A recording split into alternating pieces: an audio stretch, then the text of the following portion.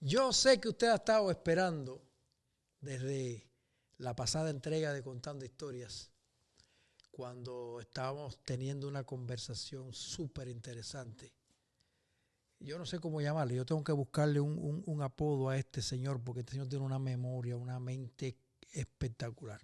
Y recorrimos desde que a los 10 años le profetizaron que iba a ser pastor, cómo escribió un libreto para una emisora de radio, cómo después fue al seminario de Manaca, cómo se la ingenió en el seminario de Manaca para enamorar a la que hoy es su esposa, que en ese momento no tenía nombre, se llamaba la hermana de Mirta Pérez, y hoy es la esposa de este señor que está aquí, Félix Pérez. Seguimos, ahora nos quedamos saliendo de Saguala Grande y llegamos a Guanabacoa. Y yo me gusta esa historia a partir de Guanabacoa, porque es donde yo vengo a conocer a Félix Pérez.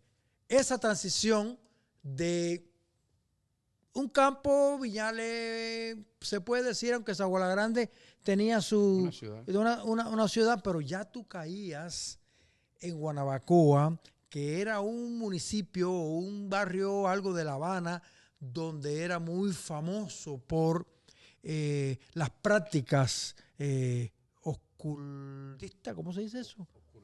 Oscurantista, santería. Era una práctica de santería. Ahí llega Félix Pérez a Guanabacoa. Exactamente. En el año 79 entramos a Guanabacoa. Había quedado sin pastor la iglesia de Guanabacoa y puse mi nombre, me eligieron y vine a pastorear a Guanabacoa. Sí, era un cambio. Sí. Un cambio en cierto sentido a otro tipo de... Hasta los ruidos de la guagua local. Todo diferente, exactamente. Pero llegamos ahí, yo estuve del 79 hasta el 90 pastoreando Guanabacoa. 11 años. 11 años. Ahí fue la etapa más grande de tu pastoreo. El pastorado más largo, sí, porque los demás lugares había estado solamente 5 años. Y ahí estuve 11 años.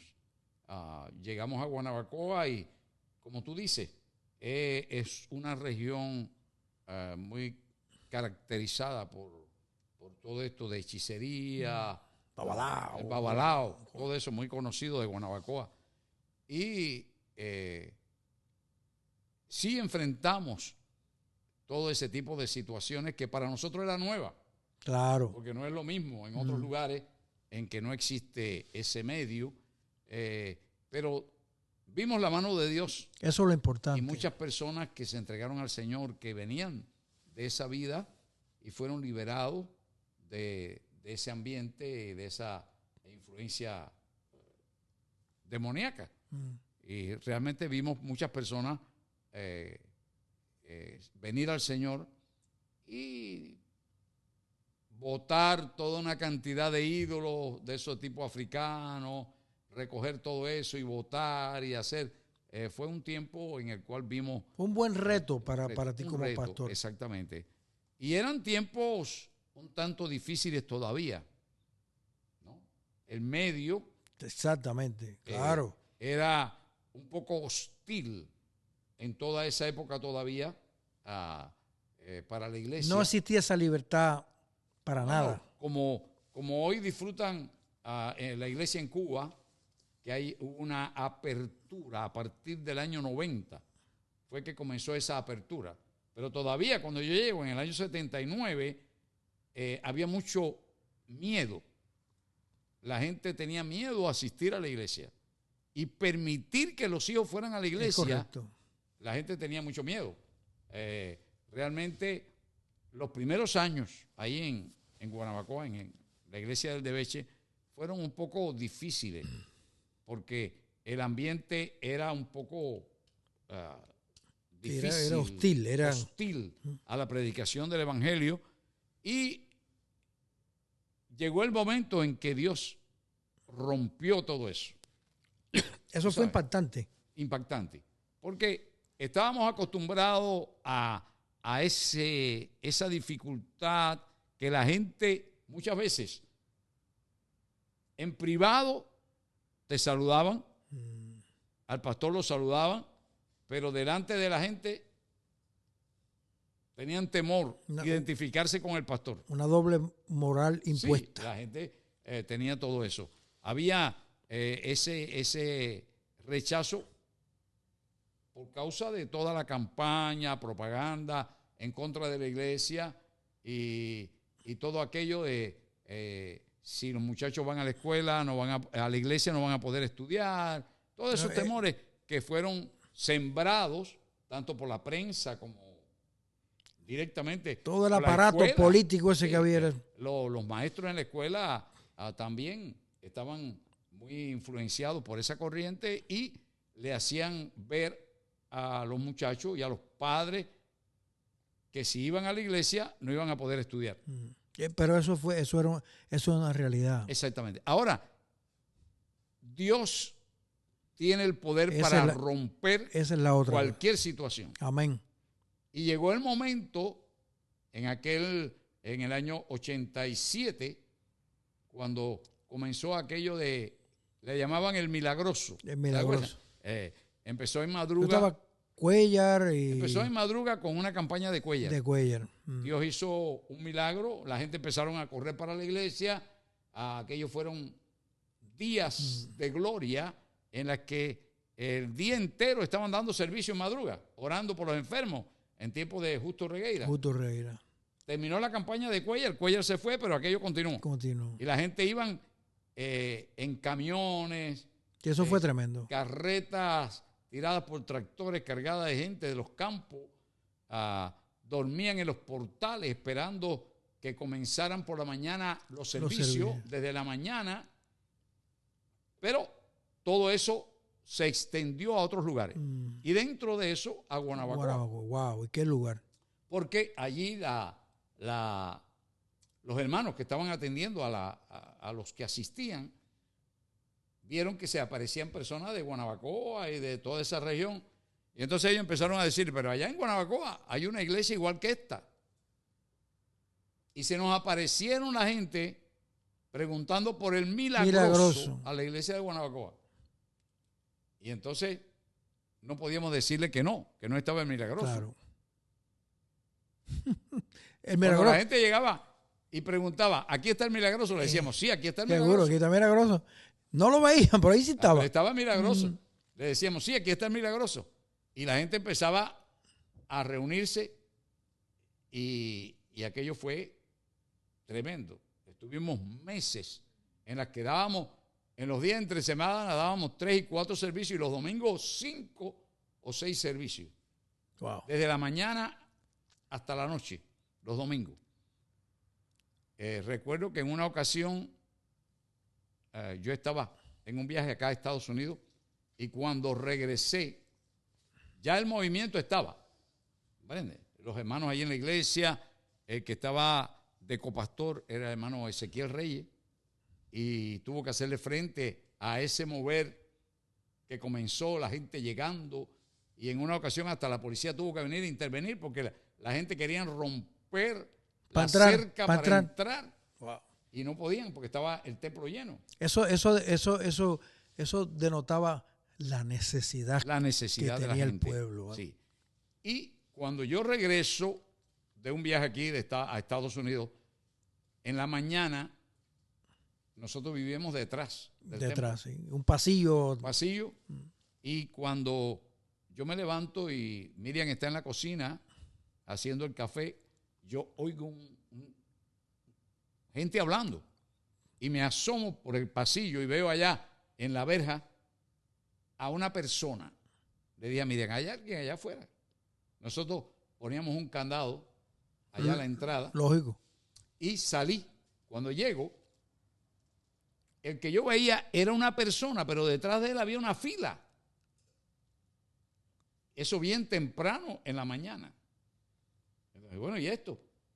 Y la gente allá que estaban en la cola, de allá uno decía, no, y nosotros aquí somos 4, y somos tantos.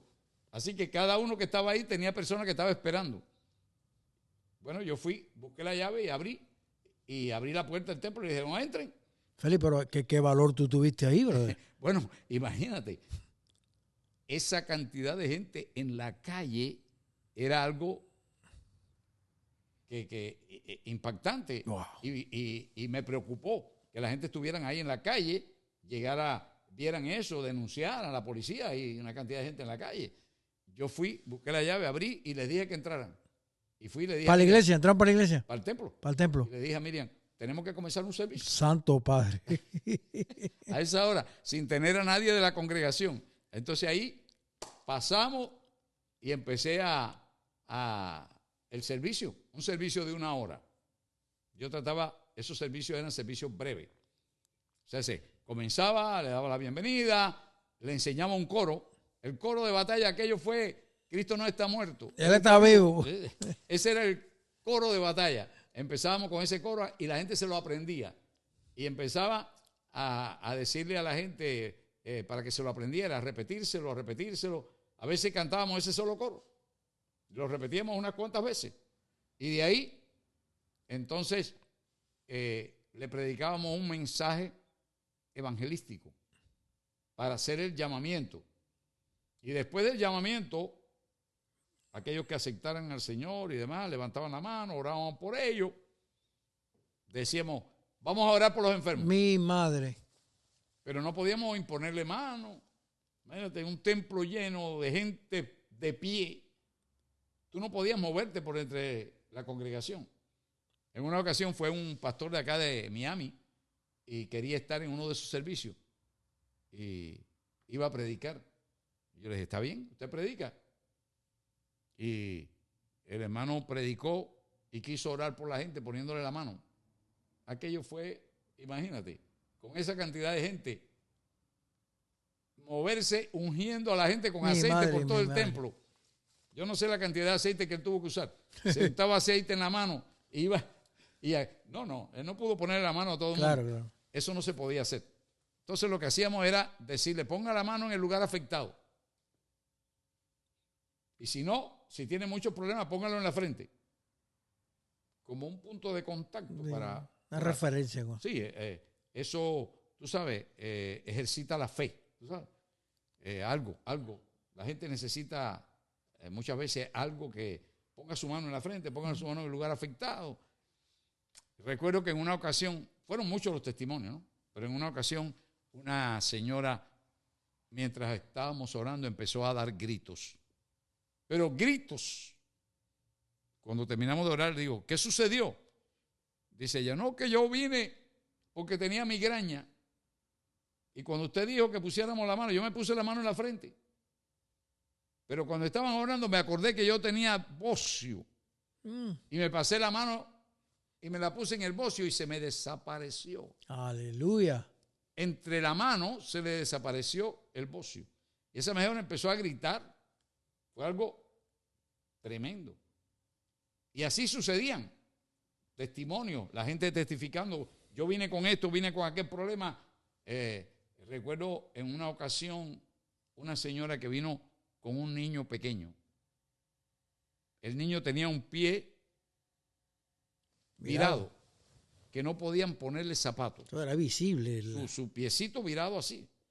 Y entonces ella estaba así cerca del púlpito y entonces con el niño cargado y le preguntamos, ¿cuál era el problema?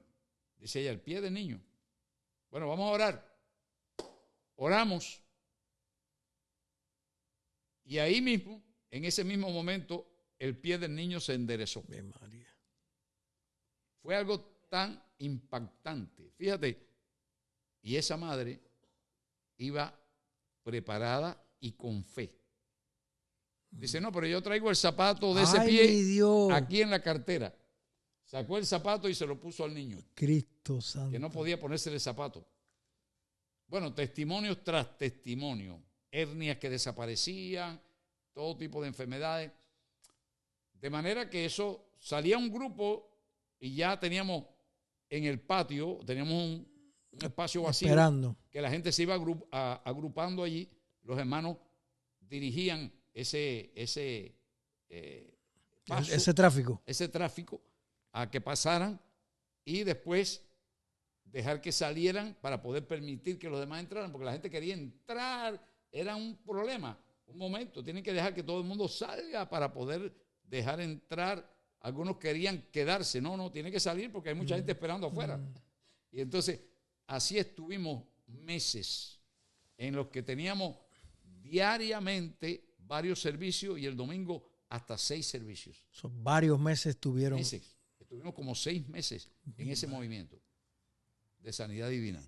Y lo tremendo de esto es, como decías al principio, Guanabacoa. Precisamente en Guanabacoa. Y muchas personas se preguntan por qué y en ese momento, en ese tiempo, sucede algo así. Que no había sucedido antes y que tampoco continuó por mucho tiempo. Y yo siempre, la respuesta que tengo es, Dios quiso demostrar su poder y demostrar su existencia ante la enseñanza del materialismo, del ateísmo, que había enseñado que no había Dios. Y muchos de esos que estaban ahí habían sido enseñados que no había Dios. Pero ahora Dios demostró su poder. Así que para mí lo que Dios hizo fue derribar todo aquello que habían levantado los ateos enseñando que Dios no existía. Y Dios dijo, aquí estoy yo, para demostrarles que sí existo. El milagroso está aquí. El milagroso está. La gente llegaba y preguntaba, ¿aquí está el milagroso? Le decíamos, sí está el milagroso. Y cuando comenzábamos el servicio decíamos, aquí está el milagroso, se llama Jesucristo. Amén. Y ahí empezábamos el servicio. Quiere decir que Dios derribó todas aquellas murallas que se habían levantado del ateísmo en contra de la fe, de la existencia de Dios, con un mover de su espíritu, sanando y demostrando su poder ante un pueblo que había sido enseñado. Porque, imagínate, desde los primeros años de los 60 se estaba enseñando y la prensa y todo era ateísmo, materialismo, Dios no existe. En la escuela toda la enseñanza era... Y de momento Dios rompió todo aquello. Por eso, cuando algunas personas ven las cosas que suceden, todo esto de las enseñanzas que hoy hay, las corrientes ideológicas contrarias a lo que dice Dios en su palabra, yo siempre digo, los hombres pueden hacer lo que quieran, pero Dios tiene el poder para demostrar que Él es Dios en medio de cualquier situación. Amén, Félix. Entonces, te forjaste desde un campo y pasaste todas aquellas situaciones, situaciones en tu ministerio en Viñales, en allá o Sabana Grande, quizás con muchas, a lo mejor, carencia de materialmente muchas carencias porque eran tiempos difíciles. Pero al punto que voy, mira lo que Dios tenía preparado para ti, donde en Guanabacoa Dios tenía preparado un Félix Pérez que no tenía carencias espirituales, que supiste enfrentar esa situación y no solamente enfrentarla, tuviste que actuar. Amén. No, pero en los momentos en que Dios toma el control, Dios te da la capacidad, amén, te da la dirección para lo que tú tienes que hacer y todo se desenvuelve de una manera normal, no es algo que para uno es espectacular, claro, sino que lo ve como algo normal porque Dios está en el asunto y Él es el que toma el control. Definitivamente la capacidad tuya o la capacidad mía o de cualquier otra persona es un talento que Dios da o algo que Dios pone, pero al Dios meterse y decir, esto es un asunto mío. Exacto. Esto es un asunto mío. Usted va por ir para allá, porque en el pensamiento humano, en la cosa sensata, cómo tú a la mañana tú vas a abrir la reja de una iglesia que hay X cantidad de personas afuera. ¿Ustedes quieren entrar por el templo? Bueno, vamos, vengan, métanlo aquí. Entren para acá. Y tú abriste la iglesia, tú empezaste a dar los servicios y Dios tenía todo en control. El control, exactamente. Dios es el que obra de manera que tú no sientes temor a enfrentar la situación cuando en ese momento no hay nadie de la iglesia que te ayude, no hay alguien que toque el piano. Correcto, claro. A esa hora no estaba la hermana que tocaba el piano. A esa hora era todo ahí a capela y tú solo desde el punto de vista humano. Claro, a eso me refiero. Porque el Señor está ahí, exacto, y es el que te ayuda y tú puedes salir adelante porque Dios tiene el control. Porque a veces uno, pues en su pensamiento humano, tú dices, o sea, si Félix Pérez hubiera pensado en su pensamiento humano y no se hubiera dejado usar por el Señor y decir, no, Dios, esto es un asunto tuyo, este asunto tuyo. Amén. ¿Tú no abres la reja? No, claro. Y dice, no, tengo que esperar que llegue la pianista, que lleguen hermanos que me ayuden. Sí. Pero no, en ese momento uno no piensa en tal cosa. Piensa en que hay una necesidad. La gente está ahí esperando. Y viene el impulso ese de resolver la situación porque Dios te da ese impulso. ¿Tuviste más situaciones espiritualmente hablando, más batallas espirituales en Guanabacoa?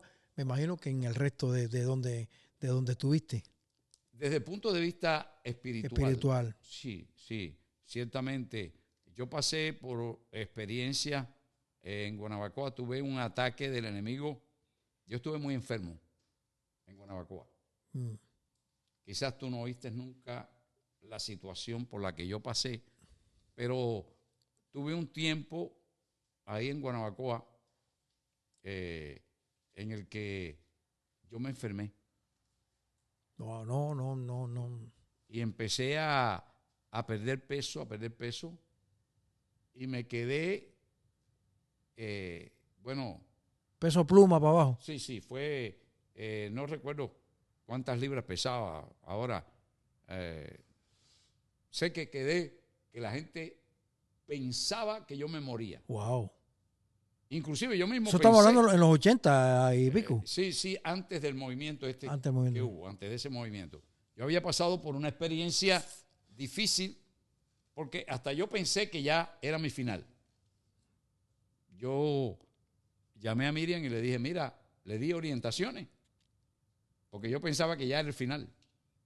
Y le di orientaciones, yo no quería que ella se fuera para Oriente, porque los niños estaban pequeños.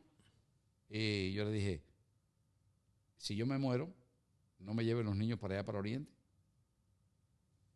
Hay que resolver de alguna manera, pero allá no había iglesia en ese momento, donde vivía la familia de ella. Y era mi preocupación el futuro de ellos, en las cosas del Señor. ¿Te lo cogiste en serio? En serio. Y Miriam se echó a reír. Ella nunca lo creyó. Bueno, se echó a reír. Qué bueno. se echó a reír y ella nunca creyó tal cosa. Pero yo veía que las personas que me veían hablaban. A veces yo venía llegando a casa y veía a los vecinos que hablaban uno con otro. Sí, que tú notas que están diciendo, este le queda poco. A este le queda poco. Este mojado pesaba 100 libras. Yo iba a la bodega a comprar los mandados y cuando regresaba a la casa, antes de llegar a la casa tenía que sentarme en la acera porque me desmayaba. Wow, Félix. Era una situación bien. Tenía que sentarme porque ya no podía caminar. Y esa, el hermano Hugo Vidal, que era el secretario nacional. Estaba en Infanta. Estaba en Infanta. Y Hugo me fue a buscar y me dijo, tienes que atenderte. Pero al mismo tiempo, el presbítero era Hugo Reyes. Y me dijeron, tienes que tomar unas vacaciones. Y entonces, en ese tiempo yo decía, bueno, ¿y de qué manera? ¿A quién dejo al frente de la iglesia? Entonces, en Sagua la Grande, yo había sido pastor de los Mendoza, Rafael Mendoza y las hijas, la familia. Rafael Mendoza yo había bautizado las hijas. Y entonces, la mayor, Anita, había ido a estudiar al seminario a Los Pinos y nosotros desde la iglesia le pagamos las clases en el seminario. Y entonces ella estaba en ese tiempo, ya había graduado, y yo dije, la única que puede sustituirme aquí para estar con Miriam en la casa y demás es Anita, que estaba soltera. Y Dios preparó todo. Le digo a Hugo Reyes, Anita Mendoza es la que puede sustituirme mientras yo esté en este sabático. Y entonces me dijo, ella está aquí, la abuela de ella vive aquí en Santo Suárez. Llamó a la abuela y dice, no, Anita está aquí en mi casa ahora, está de visita. Todo. Wow. Dice, pónmela ahí al teléfono. Y Hugo le habló lo que yo decía y ella estuvo de acuerdo. Vino Anita, se quedó y estuvo con mi esposa ese tiempo y con mi familia, y yo me fui. Estuve por distintos lugares con mi familia en Hawái, mis padres, con Aspiri. Mendoza estaba de pastor en El Ciego cuando aquello. Me fui allá, estuve unos días con Mendoza, con Aspiri en Mordazo, con Ramoncito López en Santo Domingo, y así, con la mente fuera del pastorado. Y me recuperé y regresé a tomar el pastorado de nuevo, porque ya Anita Mendoza tenía que salir porque tenía fecha para casarse. Ya, pero fue un tiempo difícil. Wow, Félix. En el que, pero eso fue antes de que tuvieras esta pelea fuerte. Eso fue una experiencia bien fuerte, pero Dios obró. Amén. Dios obró. Entonces tuviste hasta el 1990 en Guanabacoa. En el 90 el comité ejecutivo me nombró para dirigir la década de la cosecha. Eso tenía que ver con la educación. Un programa evangelístico. Sí. La década de la cosecha fue un programa de las Asambleas de Dios internacionalmente. Pero el ejecutivo me nombró como director de la década de la cosecha en Cuba. Entonces, yo entregué la iglesia para dedicarme a eso. Por eso fue que me vendieron el LADA. Ese LADA. Como director de la década de la cosecha. Para moverme por todo el país. Ladita se salvó de un buen accidente. Sí, tremendo. Entonces, empecé a moverme por todo el país, pero me fui a vivir a Cojímar. O nos fuimos, ¿no? La familia. Nos fuimos a vivir en Cojímar y no íbamos con el propósito de fundar una obra en Cojímar. Pero sin embargo, Dios guió todas las cosas para comenzar la iglesia que está en Cojímar. Mira eso. Comenzamos Miriam y yo ahí. Mi esposa se entera que una vecina al frente le habían diagnosticado cáncer. Y fue y la visitó, le regaló una Biblia, oró por ella, y cuando volvió a consulta le dijeron que ya estaba sana. Había desaparecido el cáncer. Otro testimonio. Pero eso dio como resultado que esa familia, ella, su hija y su hijo, empezaron a venir a casa para ser discipulados.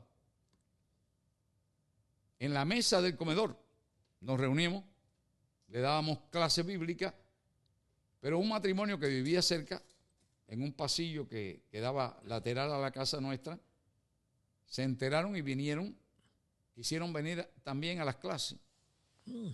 Se te iba llenando trajeron a otros y llegó el momento que no cabíamos en la mesa. Entonces pasamos para la terraza. Y llegó el momento que ya no cabíamos en la terraza. Y buscamos unos tablones y unos bloques. Y pusimos en el patio. Y entonces la terraza nos servía de plataforma. Y empezó a crecer aquello y a venir gente y Dios a orar. Y al poco tiempo teníamos un grupo ya allí.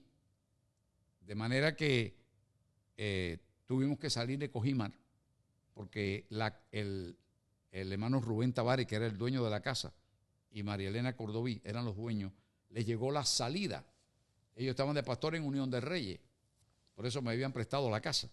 pero tuvieron que regresar y tenían que entregar la casa para poder venir para acá, para Estados Unidos. En aquel tiempo había que entregar la vivienda. Félix, y todo esto que me estás contando de Cojimar, que esto totalmente nuevo para mí. Ajá.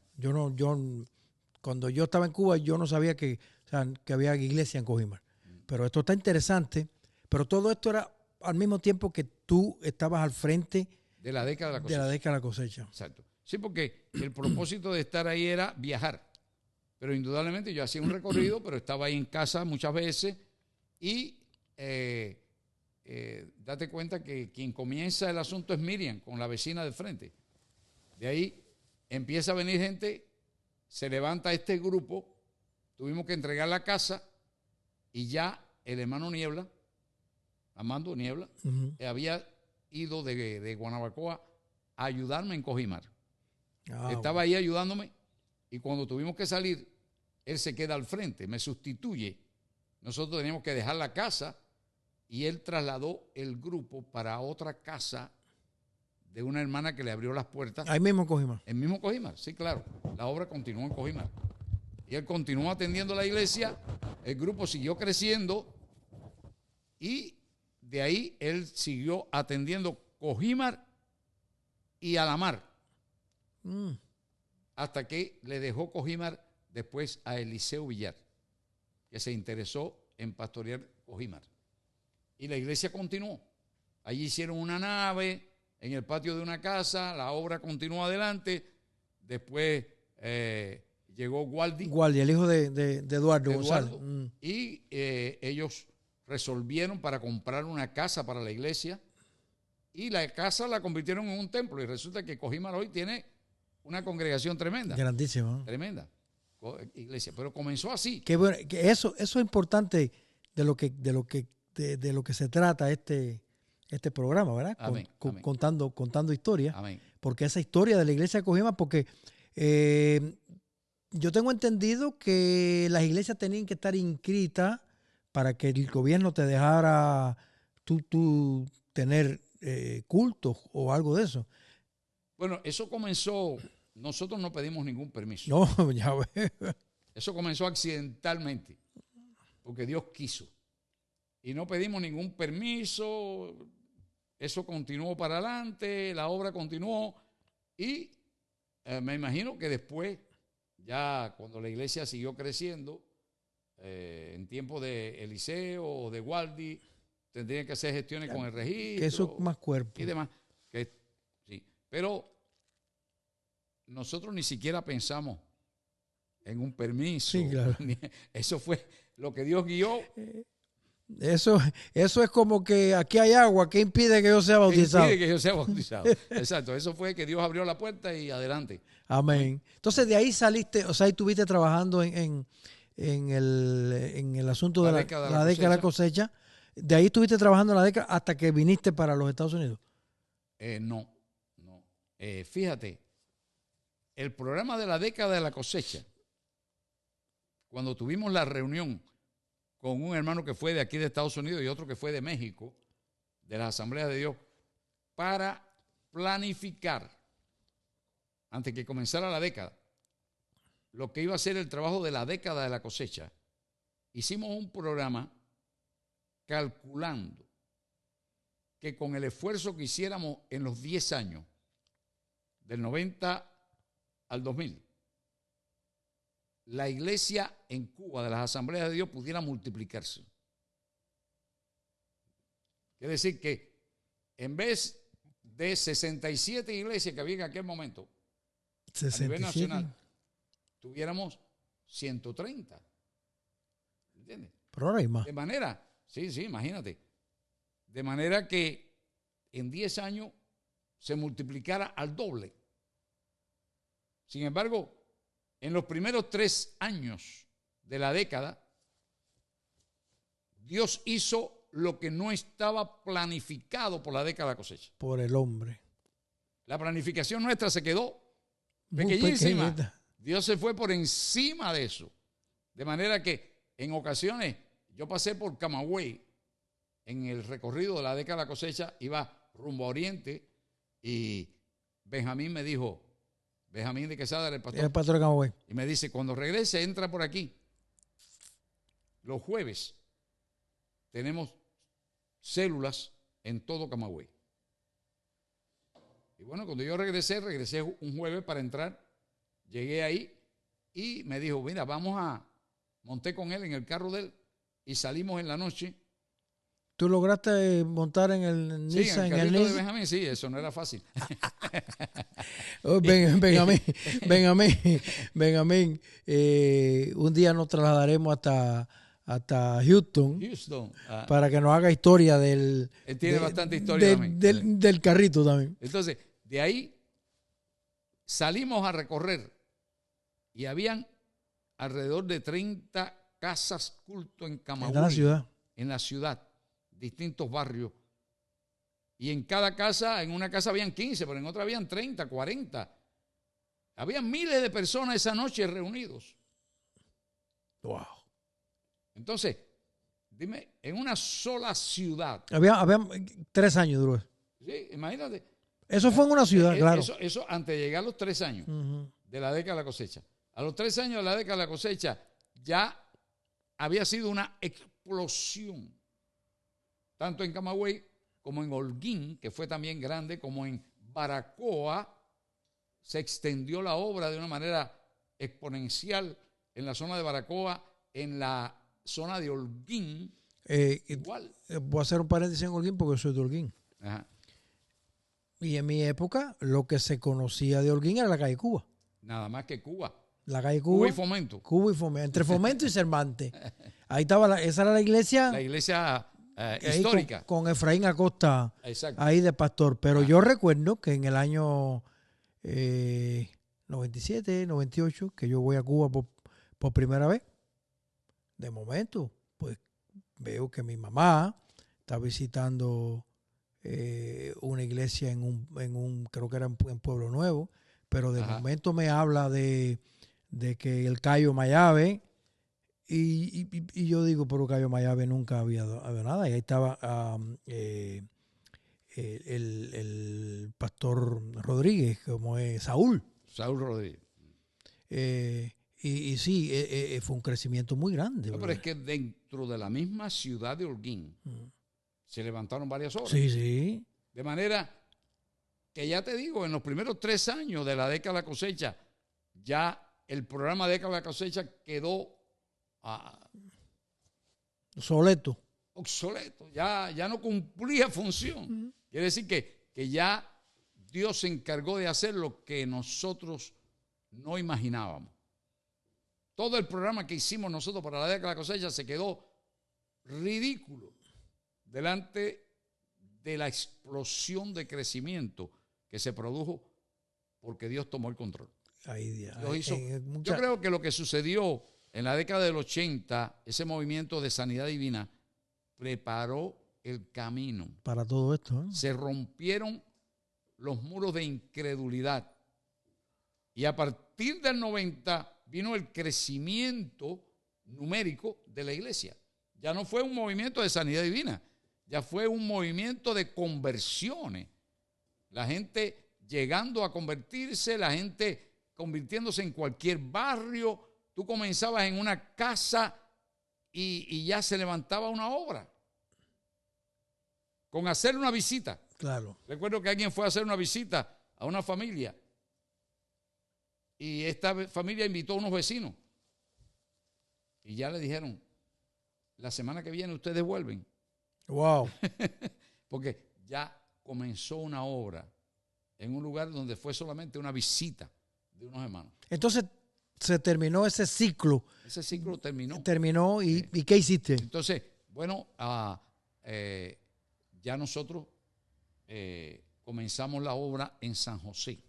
De Las Lajas. San José de Las Lajas, porque había una familia que no podía ir a la iglesia porque llegó el periodo especial, no había transporte, y esta familia que se habían mudado a San José desde Baracoa, iban a la iglesia de Cotorro, pero no había transporte. Difícil. Salían y no podían. Entonces el hermano Sabó, que era el superintendente, me dijo, tenemos una situación en San José. Hay una familia ellos quieren comenzar a reunirse en su casa y hace falta alguien que los atienda. Entonces, me estaba pidiendo que me hiciera cargo de aquello. No te lo estaba exigiendo como le hicieron a aquel que lo movieron Sí. de Calimete para Santiago de Cuba. No, era una sugerencia. Una sugerencia. Un pedido. Y Miriam y yo nos fuimos allá, visitamos a los hermanos y empezamos ahí. Ya ellos habían ganado a una hermana allí de la misma cuadra donde ellos vivían, y ella y la hija estaban yendo a la casa de ellos. Y ahí comenzamos, y comenzó el grupo a crecer. Y ya eso fue lo último que hicimos antes de venir para acá, para Estados Unidos. Ya ahí, ya sabíamos que íbamos a venir para acá, estando en San José. Invité a Jorge Rodríguez y a Sandra para que fueran con nosotros a San José, con vista a dejarlos encaminados allí cuando saliéramos. Como él tenía carro. Jorge Luis Rodríguez Hernández. Exacto. Y Sandra Cuellar. Tú sabes que ellos vivían en Lotería. Y de ahí a San José era lo más cerca que yo tenía. Y hablé con Jorge y estuvo de acuerdo. Entonces íbamos nosotros. ¿Ellos están todavía ahí? Sí, ahí todavía. Ya hace 27 años que nosotros llegamos aquí. Y están ahí. Entonces, bueno, ellos empezaron, antes de nosotros salir, iban con nosotros. Nosotros íbamos de Guanabacoa, ellos de Lotería. Nos encontrábamos allá y, tú sabes, Sandra con su guitarra y eso. Y ya cayeron bien en el grupo. Ya cuando nosotros nos fuimos, ya ellos estaban introducidos allí. Han permanecido. Y ahí han permanecido. O sea, que han prosperado, compraron allí una propiedad y la iglesia, gracias a Dios, continúa adelante en San José. Qué Así bueno. que después de pastorear en Pinar del Río, Saguala Grande y Guanabacoa, fundamos Cojímar y San José de las Lajas. Wow. Félix, tú tienes muchas historias para contar. Y esta historia que hemos hablado, todavía estás en Cuba. Todavía no has salido de Cuba. ¿Qué año llega Félix a los Estados Unidos? Agosto 5 de 1997. Tú te sabes la fecha de llegar aquí como yo. Eso no se olvida. Eso es, tú sabes, eso es como graduarse de la universidad. Imagínate que yo llegué el Día de Reyes, 6 de enero de 1994. Y yo llegué aquí. Félix, entonces llegaste y no sé si como todo cubano pasaste por Miami un tiempo o siempre estuviste en esta área de aquí. No, yo nunca viví en Miami. Con el respeto a lo que vive en Miami, ¿verdad? Sí. Con el respeto, tú no viviste en Miami. No tengo nada contra Miami, no, al contrario. Pero en realidad me había propuesto no vivir en Miami. Bueno, con el respeto. Con el respeto. No, pero no es por nada, no es nada en contra de la ciudad. Eran tus... Sí, no.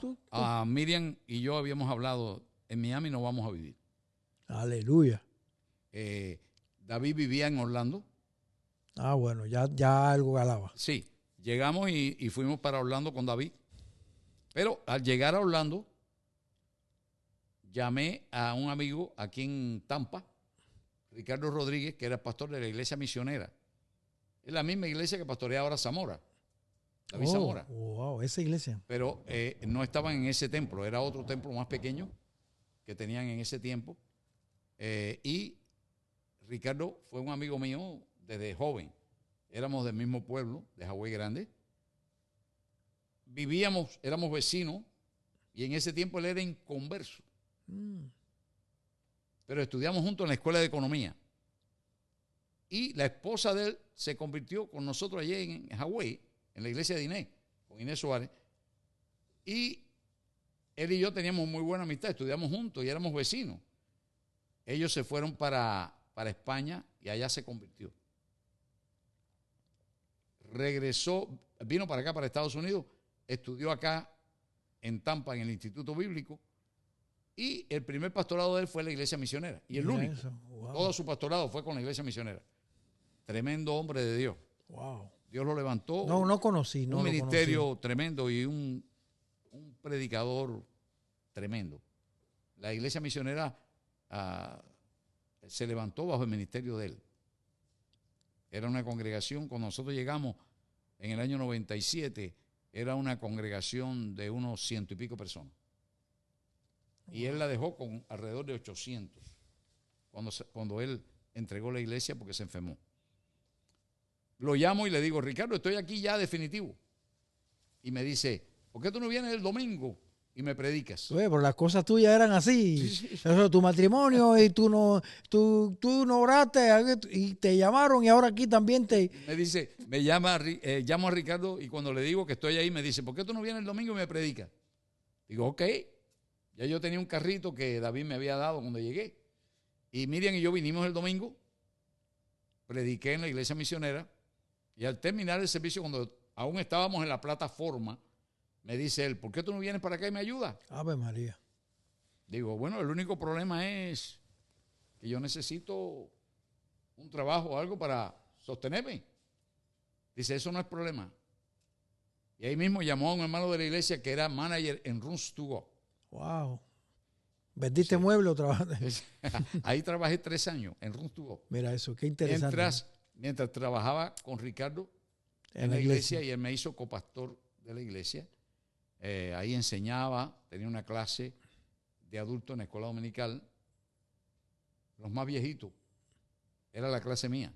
Tenía una clase, un buen grupo de personas de más de 60 años. Todo eso, yo le he llamado a la clase Llegando al Cielo. Ve María.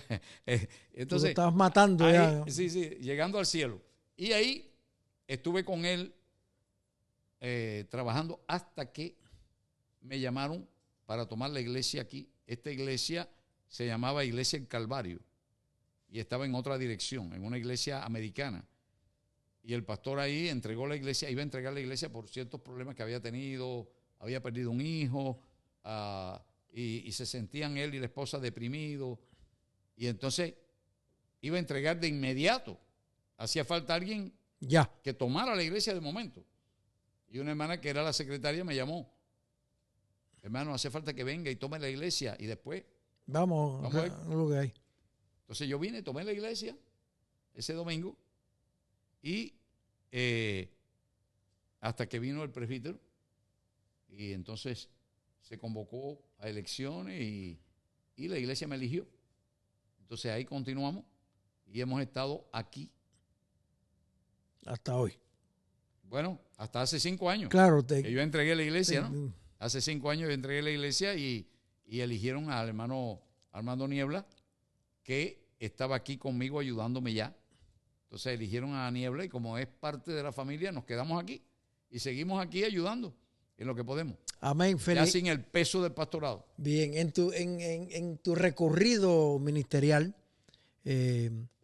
nos hemos dado cuenta, y yo pienso que ustedes que están mirando también, que tú tienes una gran inclinación por la parte educación, la parte de podríamos llamar la educación cristiana, porque en muchos lugares, incluso aquí cuando llegaste en la iglesia misionera de Tampa, pues enseñabas y te has caracterizado por eso. Me da fe de eso. Tú fuiste profesor de nosotros en aquel seminario que hubo en Infanta.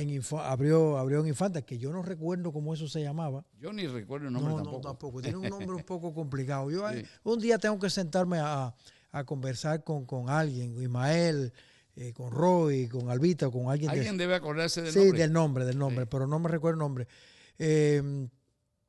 Yo creo que es bueno comprometernos aquí nosotros a tener un próximo programa donde podamos transitar por la educación cristiana de la Asamblea de Dios y lo que ha sido parte de tu ministerio también.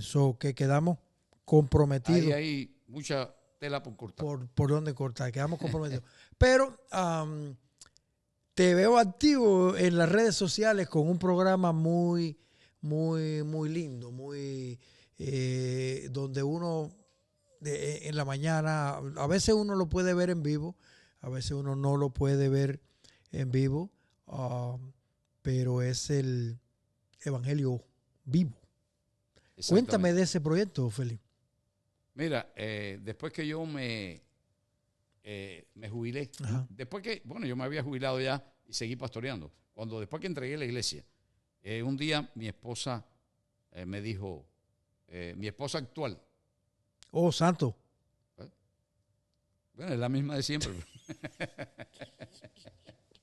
Mira, actual, lo mismo ¿es la actual o no es la actual? Lo mismo puede ser Miriam Pérez, la hermana de Mirta o tu esposa. Mi esposa, es la misma. Puede ser. Es la misma, cualquiera de las tres. Cualquiera de las tres. Oye, me dice Miriam un día, ¿por qué tú no comienzas un tiempo por Facebook? Y le dije, la idea está buena. Y entonces estaba pensando en eso, un tiempo de oración en la mañana, sería bueno, y hacerlo de lunes a viernes. Y pensé, 7:30 de la mañana. Ahora, ¿cómo se va a llamar? Y ahí entonces empecé a pensar, ¿cómo se llama? Y me acordé de un pensamiento de José de la Luz y Caballero. ¿Y quién es José de la Luz y Caballero? Bueno, yo creo que los cubanos saben. Un pensador cubano. Tú sabes que ahorita estábamos, bueno, para que usted lo sepa, mi esposa está aquí. Y ahorita estábamos conversando ese asunto. Y yo le pregunto a mi esposa, ¿quién es José de la Luz y Caballero? Y dice, bueno, yo he escuchado de él. Pero yo también, yo he escuchado de él, pero yo sé que era ¿qué es lo que era? Un pensador. Un cubano, un maestro. Fíjate, lamentablemente, en este periodo de Cuba parece que no se ha enseñado mucho sobre José de la Luz y Caballero. Pero en mi época, cuando yo era niño, en las escuelas se hablaba mucho de José de la Luz y Caballero y de su pensamiento. Entonces hay un pensamiento de José de la Luz y Caballero. Vamos a eso. Sí, que yo aprendí desde niño, que dice, enseñar puede cualquiera, educar solo quien fuere un evangelio vivo. ¡Wow! Y ese pensamiento, como ha estado siempre en mi mente, ¿no? Un evangelio vivo, me vino a la mente y digo, este pensamiento de José de la Luz y Caballero, esto de evangelio vivo, viene como anillo al dedo para este tiempo. Amén. Y ahí mismo cogiste entonces ahí le puse al tiempo de oración evangelio vivo. ¿Y qué tiempo ya tienes con ese programa? Bueno, en enero vamos a cumplir 4 años. Wow. Comenzamos un 6 de enero. Así que para el 6 de enero del 2025 llevamos 4 años. Comenzamos en el 2021. Entonces, 7:30 de la mañana las personas pueden buscar. En el perfil Evangelio Vivo, no es con el nombre mío. En el perfil Evangelio Vivo. No es en mi perfil personal, sino en el perfil Evangelio Vivo. Tienen que entrar en el perfil Evangelio Vivo y ver un logo azul con una Biblia abierta. Ese es el nuestro. Porque puede haber varios. Hay distintos Evangelios Vivos, sí. Hay varios espacios en Facebook que se llama Evangelio Vivo. Pero el nuestro es el que tiene una Biblia abierta, el fondo azul con una Biblia abierta y dice Evangelio Vivo por Félix Pérez. Bien, bueno, ya usted sabe. Usted puede deleitarse ahí, puede ser ministrado. Uno nunca sabe cuándo una palabra tanto de oración o una reflexión puede hacer un efecto en nuestra vida. Uno no sabe cómo está el día de las personas que pueden escuchar ciertas cosas. Félix, hemos tenido un recorrido, nos has transitado por una vida ministerial muy, muy hermosa, muy linda. A mí me encantaría conversar bastante con hombres como tú, que me vieron nacer. Gracias. me vieron nacer, me vieron caer, me vieron resbalar, me vieron pasar. Bueno, yo conocí a tus padres, que también fueron de mi época ministerial. Y entonces el que tú me hayas dado esta oportunidad de conversar contigo, de conocer de tu historia ministerial, porque este programa Contando Historias, lo que queremos es eso. Nosotros queremos saber la historia ministerial. Mira qué interesante es tu historia desde esos 10 años en ese cerca de Hawái Grande hasta hoy, que tenemos un evangelio vivo. Y yo creo que tú puedes ser ese predicador que con tu hecho, con tus acciones, con tu vida, pues has podido predicar un evangelio. Te doy gracias por este tiempo, Félix.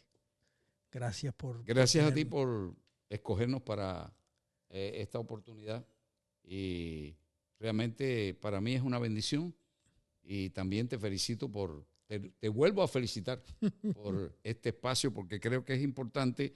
Hay muchas historias que la gente joven no conoce. Amén. Y es parte de la historia de la iglesia y de los ministerios que forman parte de la iglesia.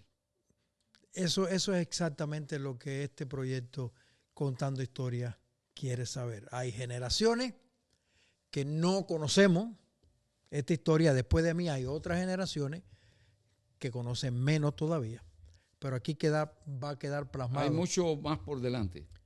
Muchísimo más, muchísimo más.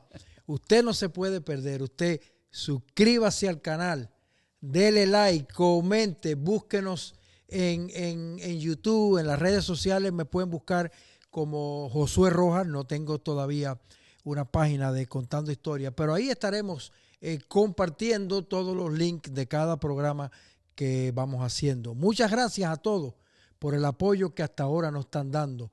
Sus mensajes en privado, sus conversaciones nos ayudan a nosotros a emprender esto, que como comenzábamos fuera del aire, hemos tenido nuestras vicisitudes, hemos tenido situaciones que estaban como para tirar la toalla, pero no la vamos a tirar, Félix.